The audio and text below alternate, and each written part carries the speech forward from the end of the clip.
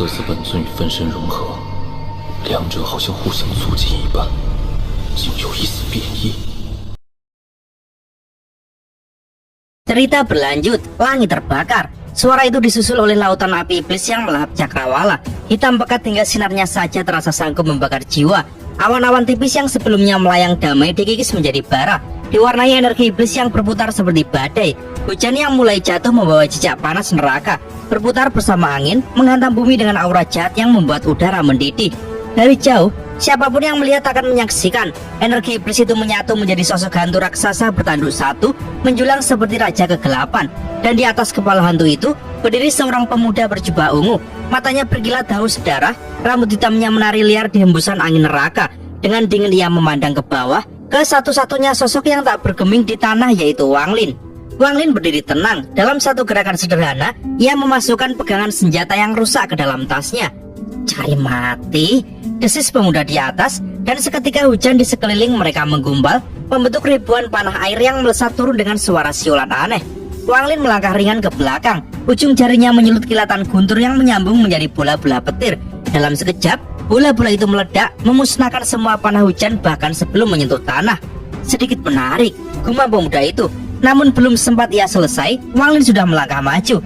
Rasa marah mendidih dalam dada Wang Lin. Sekian lama terjebak di terowongan sempit, lalu bertemu seseorang yang langsung menyerangnya, seolah dia hanyalah semut yang bisa diinjak kapan saja. Matanya mendingin. Sepertinya aku terlalu merendah di sistem bintang All Heaven, bisiknya. Langkahnya mantap, jiwa asalnya bergetar. Guntur dari seluruh penjuru surga berkumpul di tangannya, membentuk bola biru pekat yang berpendar dahsyat, seolah hendak merobek langit. Guntur dari tanah, dari awan, semua tertarik padanya. Dengan satu dorongan, bola itu meluncur ke arah pemuda. Namun pemuda itu hanya menyeringai sinis, jemarinya menari cepat. Iblis, lahap, dan langit terbelah. Pertangan hitam menelan bola petir itu bulat-bulat. Guntur selama itu tidak pantas membuatku mengeluarkan api iblisku, ujarnya. Tirai air gelap meledak dari telapak tangannya, lalu memadat menjadi tombak hitam panjang seperti tinta yang hidup. Tombak itu ditembakkan melayang bagai naga air raksasa. Wang Lin tetap tenang. Dari tasnya, ia mengeluarkan sebuah gunung celestial mini. Dalam sekejap gunung itu tumbuh besar setinggi langit. Wang Lin menekan telapak ke puncaknya, menarik keluar jiwa gunung dalam bentuk kabut purba yang pekat, seolah membawa serpian waktu. Kabut itu bergolak di tangannya, lalu ia melemparkannya ke arah tombak pemuda. Kabut itu meledak di udara, membungkus tombak dan menghentikan lajunya. Namun, pemuda itu tak tinggal diam. Tombaknya menembus kabut dan menusuk bola itu. Namun justru kabut makin membesar, mengepung dirinya. Saat itulah suara dingin Wang Lin bergema. Guntur meledak. Ternyata bola petir yang dimakan tadi tidak hilang. Ia bersembunyi di dalam tubuh hantu iblis. Dalam sekejap, guntur yang tersimpan meledak hebat. Cahaya biru membelah kegelapan. Tubuh hantu raksasa itu runtuh dalam raungan petir yang memekakkan telinga. Pemuda berjubah ungu sudah meloncat keluar sebelum hantu itu hancur. Tapi Wang Lin sudah di depannya. Bayangannya membelah langit. Penjaga surga muncul dari bayangan Wang Lin. Tubuhnya berlapis cahaya emas menyilaukan, memegang kekuatan seperti matahari di telapak tangan. Satu pukulan dilempar. Cahaya emas menyapu semuanya. Pemuda itu merasakan kulit kepalanya dingin. Jiwa asalnya bergetar oleh rasa takut yang telah lama tak ia rasakan. Kalau aku kena pukulan ini, aku mati, pikirnya. Lalu dengan putus asa ia memuntahkan darah esensi untuk membentuk layar Donglin sebagai penghalang. Pukulan itu menghantam layar darah. Dunia berguncang, tanah retak, puing beterbangan. Penjaga surga mundur beberapa langkah. Cahayanya meredup, namun pemuda itu terpental ke tanah seperti meteor, menabrak bumi dengan ledakan besar. Sebuah lotus hitam ilusi terbakar di atasnya. Api iblis berkobar liar, nafasnya memburu. Dalam 5000 tahun, hanya kau yang membuat aku, Su Feng'an. Suara itu terputus oleh suara gemuruh lain. Kabut jiwa gunung perlahan kembali ke bentuk gunung celestial di tangan Wang Lin. Tombak iblis pemuda itu sudah hancur. Hujan mereda dan langit kembali dingin. Kata-kata Su Feng'an terputus ketika tombak hitamnya sirna ke dalam kabut. Debu perlahan-lahan mereda, dan dari balik tabir debu itu, sosok ramping Su Feng'an melangkah keluar. Wajahnya pucat, rahangnya mengeras, matanya membakar dengan niat membunuh yang gila. Bagus, sangat bagus, dengusnya. Nadanya dingin, giginya bergemelutuk. Dipaksa sejauh ini oleh seorang kultivator langkah pertama, memalukan. Amarahnya melupakan alasan semula ia datang. Harta karun bawah tanah tak lagi penting. Kini yang ada hanya satu, membunuh Wang Lin. Wang Lin hanya menghela napas pelan. Membunuh seorang kultivator yin ilusi, bahkan yang belum benar-benar melangkah ke tahap kedua, memang sulit. Semua serangan yang ia susun, semua perhitungan hanya untuk memberi kesempatan bagi penjaga surgawi menghantam dengan pukulan itu. Namun seperti yang ia duga, hanya melukai, belum membunuh. Orang ini lebih kuat dari petapa guntur waktu itu, pikir Wang Lin sambil meraih dan menyapu semua fragmen harta yang berhamburan. Matanya kini menatap lurus ke lotus iblis yang berputar di atas kepala Su Fenghan. Pemuda itu menarik nafas panjang, jemarinya menuju ke langit. Suaranya muram namun penuh dendam. Boneka atau tidak, dao lotusku akan menjadikanmu abu. Suara itu menggema. Lotus dao setan, rotasi pertama. Lotus iblis di atas kepalanya mulai berputar pelan. Api hitam yang membungkusnya semakin liar menjilat setengah langit. Wang Lin menegang, ini adalah dao yang nyata, perwujudan hati seorang kultivator. Saat lotus itu berputar, dunia di sekitar Wang Lin seolah ikut berputar juga. Seperti ia hanya sebutir debu di tengah pusaran kosmik yang tak kenal ampun. Dunia memaksa untuk melupakannya, untuk menghapusnya. Aku tak bisa membiarkannya terus berputar, gumam Wang Lin, wajahnya memucat. Petir menggema, menyala, lalu dari langit yang dilahap api muncul sungai neraka, panjang, dalam, dan penuh jeritan. Sungai itu melilit langit melawan pusaran api. Putaran dunia melambat. Wang Lin menarik nafas tapi tetap tegang. Dao melawan Dao, lawan yang bisa mewujudkan Dao-nya sendiri sungguh berbahaya. Su Fenghan menyipitkan mata menatap sungai neraka lalu mendesis seolah menenangkan diri. Jadi kau juga mewujudkan Dao? Kau bahkan menarik jiwa dari gunung, memegang harta mistik dan aku mengerti sekarang. Kau pasti juga langkah kedua, tapi karena suatu alasan terjatuh ke puncak Askenden. Boneka itu pasti tubuh aslimu, sedang ini hanya klonmu. Kau terlalu terluka untuk kembali. Semakin ia bicara, semakin yakin ia pada spekulasinya. Baiklah, mari kita lihat siapa di antara kita yang daunnya lebih kuat. Lotus itu kini berputar lebih cepat dan api hitam memadat menjadi dinding menyala yang membuat udara sendiri terasa kering dan berat. Api iblis bakar. Pusaran api meledak dari lotus meluncur ke arah Wang Lin, membawa panas dan angin badai yang menggulung dunia. Mata Wang Lin menyala keemasan, tubuhnya menegak lalu terdengar pekikannya. Kemampuan kedua, padamkan sungai jiwa. Sungai neraka bergetar hebat, kebencian yang tak terhitung yang Wang Lin kumpulkan dari semua jiwa di planet King Lin menyeruak. Bayangan-bayangan manusia berisi penderitaan dan dendam memenuhi dunia seperti lautan arwah. Bayangan-bayangan itu menyatu, membentuk satu roh kebencian raksasa yang tak berbentuk jelas. Roh itu lahir dari sungai neraka lalu menghantam pusaran api iblis. Benturan mereka mengunyah surga dan bumi. Langit retak, bumi pecah, sebuah celah membelah benua di bawah kaki mereka. Roh kebencian runtuh jadi untayan dendam, kembali ke sungai. Tapi sungai itu sendiri juga hancur. Dao Wang Lin runtuh, tubuhnya bergetar, darah muncrat dari bibirnya. Namun matanya hanya semakin dingin. Kemampuan ketiga, kekuatan sungai dunia bawah. Wang Lin mendongak menatap sungai yang runtuh. Di balik darah terpatri tekad yang tak goyah.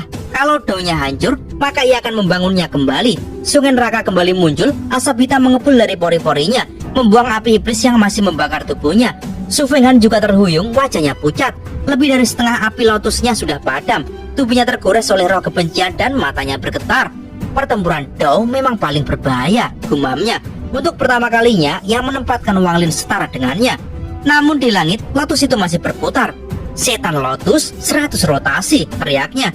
Dunia kembali berputar. Wang Lin merasa tubuhnya terhisap, runtuh seperti akan lenyap. Namun ia menginjak tanah dengan keras. Tatapannya membelah dunia. Sungai neraka yang hampir pudar kembali menggeliat. Lalu hisapannya menguat, menarik semua yang ada ke dalam.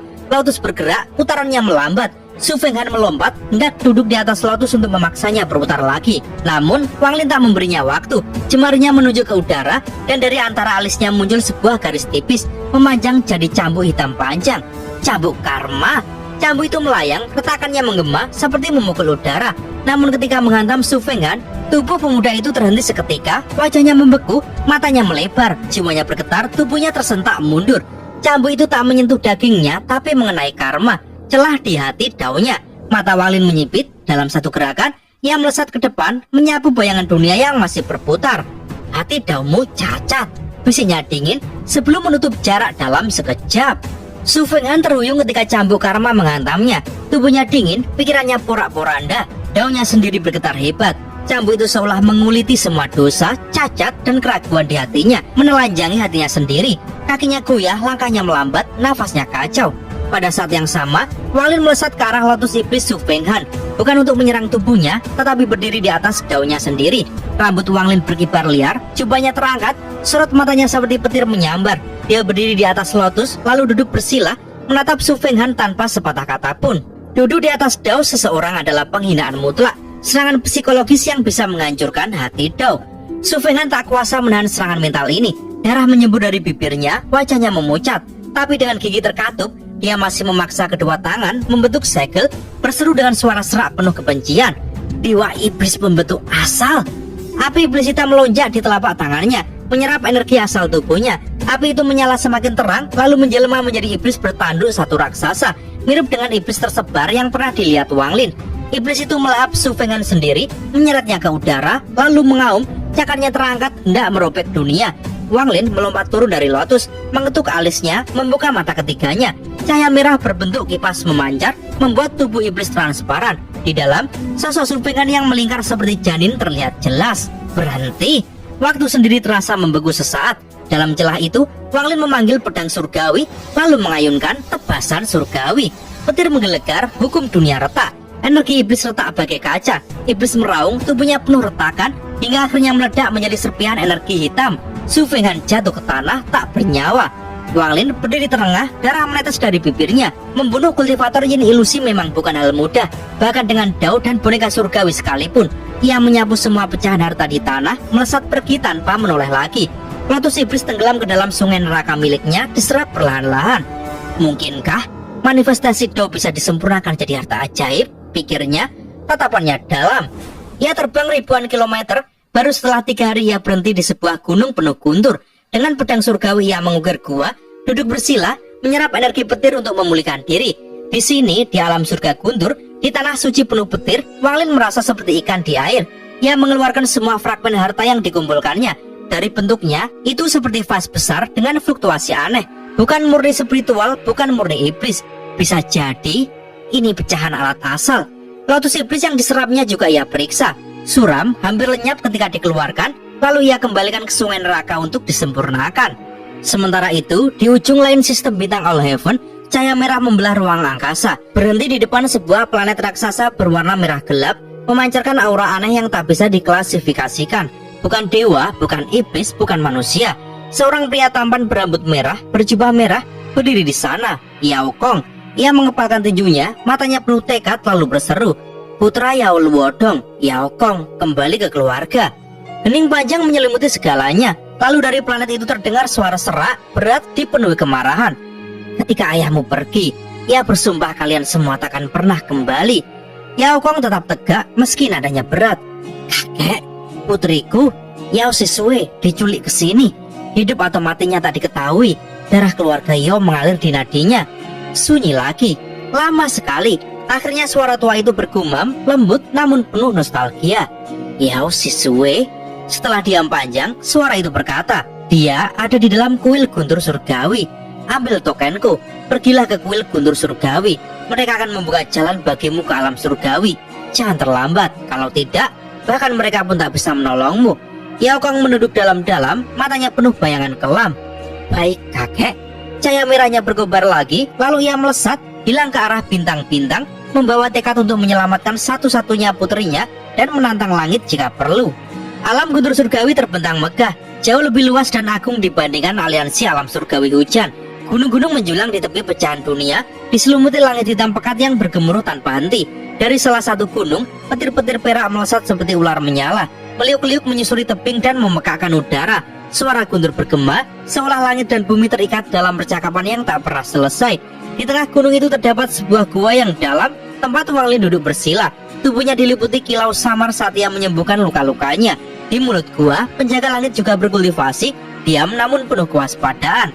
Hari itu, Wang Lin perlahan membuka matanya. Kilat emas melintas di pupilnya, dan di depannya 10 fragmen batu berbentuk aneh terangkat, melayang seperti diatur oleh tangan raksasa tak kasat mata. Wang Lin mengamati setiap potongan dengan seksama, satu persatu, mengukir bentuk dan pola-pola mereka dalam pikirannya. Ia sedang berusaha merangkai potongan-potongan ini, mencoba menyimpulkan apakah ini adalah bagian dari alat asal misterius milik alam guntur surgawi. Namun setelah waktu lama berlalu, ia mengerutkan dahi. Potongan-potongan ini tidak lengkap, terlalu banyak bagian yang hilang. Dengan sebuah gestur, potongan-potongan itu bersatu membentuk sebuah vas, tetapi retakan dan celah pada permukaannya memancarkan keindahan yang aneh, indah namun cacat. Wang Lin mendesah, menghancurkan kembali potongan-potongan itu, lalu menyimpannya di dalam tas. Matanya berkilat, teringat sesuatu yang mengusik pikirannya sejak lama. Su Fenghan, musuh yang telah ia bunuh, tak meninggalkan tas penyimpan.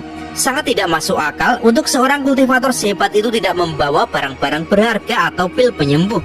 Pasti ada sesuatu yang dia sembunyikan, gumam Wang Lin. Ia teringat pada lotus iblis yang ia temukan di sungai neraka. Apakah rahasianya tersembunyi di sana? Dengan satu pukulan telapak, sungai neraka muncul di hadapannya. Riak-riaknya memuntahkan aura gelap yang pekat. Dari kedalamannya, Wang Lin menarik keluar lotus iblis milik Su Fenghan. Kini redup, api hitamnya telah padam. Namun ketika Wang Lin menatap inti lotus itu, kabut gelap berputar-putar, seolah ingin melarikan diri lewat tatapannya. Wang Lin mendengus dingin, sengaja membiarkan aura itu keluar. Sebuah bayangan iblis melesat dari lotus, berusaha melahapnya. Hanya untuk menjerit ketakutan, menemukan dirinya ditarik kembali ke dalam tubuh Wang Lin, terkoyak oleh kilat guntur jiwa asalnya, lalu hancur menjadi debu. Setelah itu, Wang Lin menyadari, di dalam lotus tersembunyi 4 manik kristal kecil, memancarkan cahaya misterius namun rapuh. Satu manik runtuh tepat di hadapannya, lalu yang lain hampir menyusul. Dengan cekatan, ia meraih 2 manik-manik sebelum sisanya hancur. Ketika ia memecahkan salah satu manik, sebuah botol pil muncul, masih tersegel dengan aroma energi spiritual yang menyegarkan. Di dalamnya hanya ada 1 pil, namun auranya luar biasa. Dari manik yang lain, ia menemukan sebuah jimat sederhana dengan simbol-simbol merah cinnabar yang tampak remeh, namun ia yakin bila disimpan Su Fenghan dengan begitu cermat, pasti ada rahasia besar di baliknya. Setelah menyimpan semuanya, Wang Lin meninggalkan gua. Penjaga langit mengikuti dan mereka berdua melesat melintasi tebing penuh guntur, di mana petir-petir menjuntai seperti rantai kuno ke dalam kegelapan. Di tengah perjalanan, Wang Lin bertemu sepasang kultivator, seorang pria gagah berambut panjang dengan jubah biru gelap, dan seorang wanita berwajah cantik namun bermata tajam, dengan aura yang aneh dan berbahaya. Mereka sempat berhenti, mengukur kekuatan Wang Lin dengan indera ilahi, namun setelah memastikan ia hanya berada di puncak tahap akhir ascenden, mereka saling bertukar pandang lalu pergi tanpa berkata sepatah pun. Sisa bulan berikutnya, Wang Lin terus menyisir fragmen itu, namun hasilnya nihil.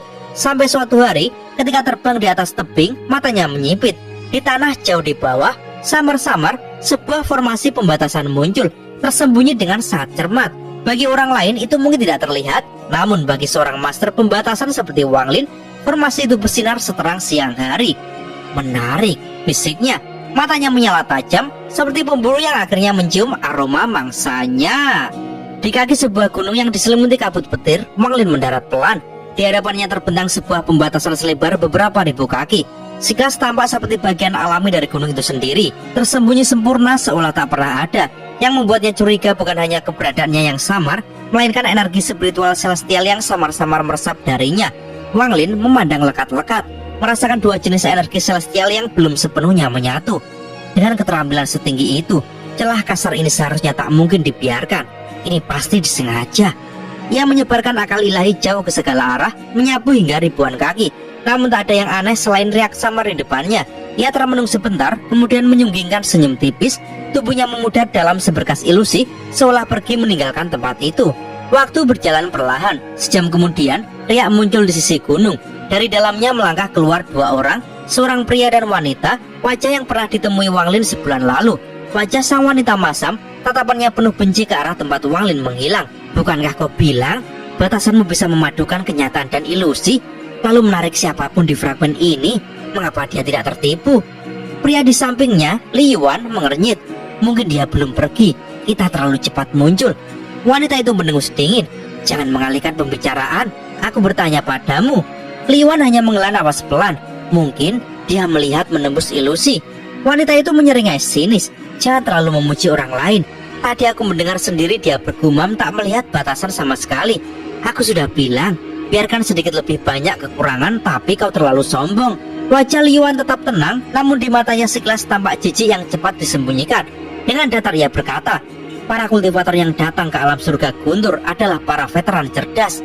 Jika terlalu banyak kekurangan, mereka akan curiga. Namun kalau tanpa celah sama sekali, bahkan penggarap tingkat 2 pun takkan mampu melihat. Wanita itu memicingkan mata, niat membunuh berkedip di matanya. Kau bilang kultivasiku masih dangkal? Li Yuan menunduk, suaranya getir. Jiwa hidupku berada di tangan keluargamu. Mana berani aku?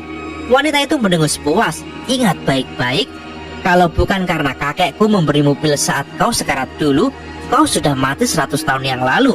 Li Yuan hanya diam, wajahnya pahit. Tiba-tiba ia mendongak, wajahnya berubah tegang. Cepat kembali ke dalam, seseorang datang. Mereka segera melangkah kembali, riak kembali menelan mereka. Tak lama kemudian, sinar energi pedang membelah angkasa lalu mendarat. Seorang pria parubaya muncul dari sinar itu. Ia menatap pembatasan dengan mata penuh semangat, lalu mengeluarkan sebuah boneka kayu. Boneka itu ia lempar ke depan, lalu ia bentuk segel. Boneka bergerak pelan, semakin lincah hingga seperti manusia. Boneka itu melangkah ke pembatasan. Ketika berjalan beberapa langkah, pria itu berteriak, meledak.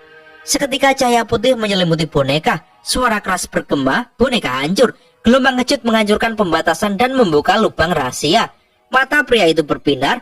Ia segera mengeluarkan boneka kedua yang melompat ke dalam lubang. Ketika boneka hilang, pria itu sendiri melompat menyusul. Lalu jeritan ngeri terdengar. Jiwa asalnya mencoba kabur, namun sesosok bayangan hijau menyeretnya kembali ke kegelapan lubang. Sekali lagi riak muncul, Li Yuan dan wanita itu keluar menyaksikan lubang itu. Wanita itu tersenyum tipis, membelai udara di atas lubang seperti membelai seekor hewan. Bagus, makan satu lagi. Segera kita pindah tempat. Di alam surga guntur ini, kau akan kenyang. Namun tiba-tiba, suara datar namun dingin menyela. Menarik. Wang Lin muncul begitu saja dari udara tipis, menatap mereka dengan tenang. Dan cerita pun bersambung.